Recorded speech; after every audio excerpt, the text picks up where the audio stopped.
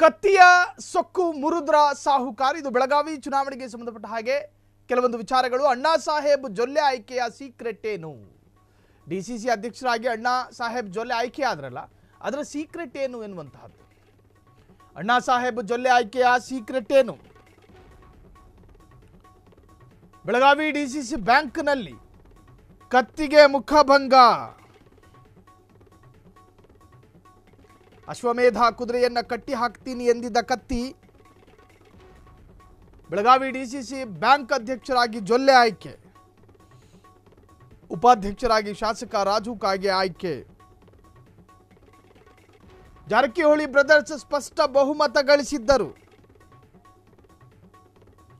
ಲಿಂಗಾಯತ ಸಮುದಾಯದ ಜೊಲ್ಲೆ ಅಧ್ಯಕ್ಷರಾಗಿ ನೇಮಕ,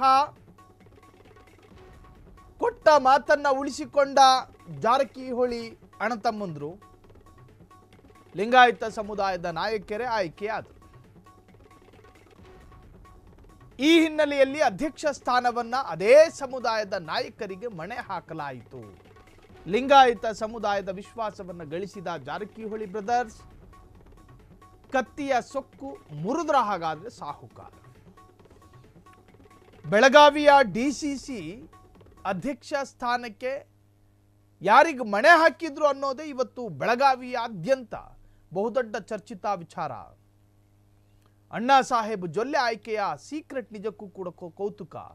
ಬೆಳಗಾವಿ ಡಿಸಿಸಿ ಬ್ಯಾಂಕ್ನಲ್ಲಿ ಕತ್ತಿಗೆ ತೀರ ಮುಖಭಂಗ ಆಗಿದೆ. ಅಶ್ವಮೇಧ ಕುದುರೆಯನ್ನ ಕಟ್ಟಿ ಹಾಕ್ತೀನಿ ಎಂದಿದ್ದ ಕತ್ತಿ ಒಂಥರದ ಮಾರ್ಮಿಕವಾದ ಪೊಲಿಟಿಕಲ್ ಸ್ಟೇಟ್ಮೆಂಟ್ ಅದು. ಅಶ್ವಮೇಧ ಕುದುರೆಯನ್ನ ಕಟ್ಟಿ ಹಾಕ್ತೀನಿ ಅನ್ನೋದು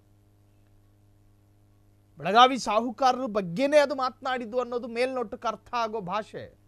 ಬೆಳಗಾವಿ ಡಿಸಿಸಿ ಬ್ಯಾಂಕ್ ಅಧ್ಯಕ್ಷರಾಗಿ ಜೊಲ್ಲೆ ಆಯ್ಕೆ, ಉಪಾಧ್ಯಕ್ಷರಾಗಿ ಶಾಸಕ ರಾಜು ಕಾಗೆ ಆಯ್ಕೆ. ಯಾರು ಬೆಂಬಲಿತ ಅಭ್ಯರ್ಥಿಗಳು ಅನ್ನೋದು ಗೊತ್ತು. ಜಾರಕಿಹೊಳಿ ಬ್ರದರ್ಸ್ ಸ್ಪಷ್ಟ ಬಹುಮತ ಗಳಿಸಿದ್ದರು. ಆದರೆ ಲಿಂಗಾಯತ ಸಮುದಾಯದ ಜೊಲ್ಲೆ ಅಧ್ಯಕ್ಷರಾಗಿ ನೇಮಕ ಆದರು. ಕೊಟ್ಟ ಮಾತನ್ನು ಉಳಿಸಿಕೊಂಡ ಜಾರಕಿಹೊಳಿ ಬ್ರದರ್ಸ್ ಲಿಂಗಾಯತ ಸಮುದಾಯದ ನಾಯಕರೇ ಆಯ್ಕೆಯಾಗಿದ್ದಾರೆ.